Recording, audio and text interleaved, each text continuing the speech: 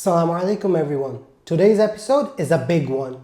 Maybe even one of the most important we've done so far, because it's about something very important for Bangladesh.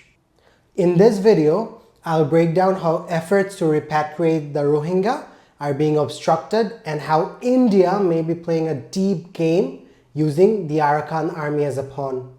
Yes, it's a long episode, but I humbly request you to watch it. This is important. You've probably already heard what Bangladesh's Foreign Affairs Advisor, Mr. Tauhid Hossain, said recently. At the Foreign Service Day event, he openly expressed concern about how the Arakan Army is becoming a serious obstacle to the Rohingya repatriation. He said Bangladesh can neither engage with them directly nor ignore them completely. And it's this Arakan Army that's at the center of a growing conspiracy. One that India seems to be quietly nurturing.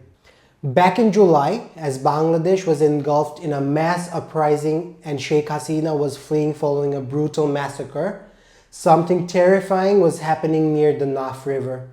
Drone after drone was flying overhead, targeting innocent Rohingya women, men and children trying to cross into Bangladesh. The attackers? The Arakan Army. This extremist group, known for its deep hatred of Muslims, first ordered the Rohingya to leave their home. Then, as they fled by boat, the Arakan Army launched drone strikes on them. 3 boats were bombed and sunk. Those who made it to the riverbanks were massacred. Some drowned, others died in explosions. Eyewitnesses say that on the 5th and 6th of August, over 30 drone attacks were carried out near Mongdu and the Naf River border. And where did these drones come from? Local sources say from India. So why would India arm this group? Their goal appears to be simple: create panic in Muslim majority areas near the Bangladeshi border and push more Muslims into Bangladesh. So again, who exactly is the Arakan Army? Why are they so invested in wiping out the Rohingya? The Arakan Army is made up of Rakhine Mog ethnic group, historically known as the people from Moger Muluk, a region often referred to as a land of lawlessness. In the past, the Mog were heavily integrated into Myanmar security forces. Since the ethnic Burmese were a minority in Arakan and the Muslims and Mogs were in majority, the Burmese government leaned heavily on the Mogs for control, bringing them into police, military, and administration roles. Rohingya, on the other hand, were denied citizenship and treated as outcasts.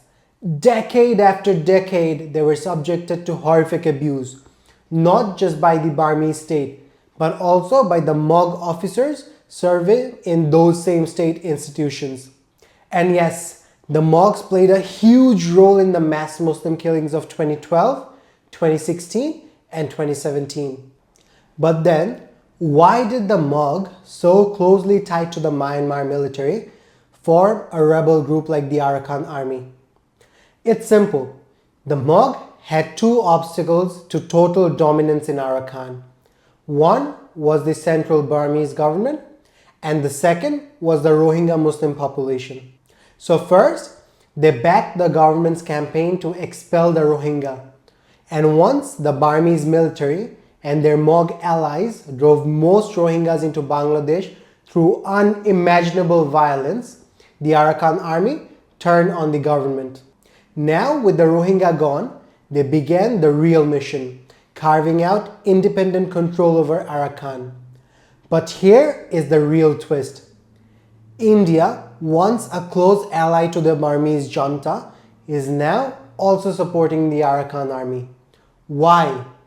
Why is the Indian media cheering their victories? Why are drones and support coming from India? What's in it for them if the Arakan Army takes over Rakhine? Let's break that down. The Arakan Army's vision isn't just limited to current-day Arakan. They have laid out a map in their own constitution for a territory they call Greater Arakan.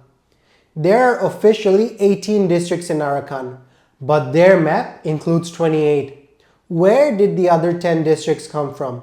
Shockingly, they include parts of Bangladesh, Chittagong Hill Tracts, Chittagong, all the way up to Feni. Yes, even Feni. Why build the Sheikh Hasina Bridge right at the border? Because that's where Bangladesh's strategic chicken neck lies. If Feni is cut off, all of Chittagong becomes isolated from the rest of the country. That wasn't a trade route. It was a route for invasion. Some in Kolkata, like Mayuk Ranjan and others, have been obsessing over the chicken neck for years. They are openly celebrating Arakan Army's advances, and while it may sound ridiculous to us, they often act based on real intelligence. When you add up the road infrastructure, the bridge at the Feni border, and India's support for Arakan Army, one thing becomes clear.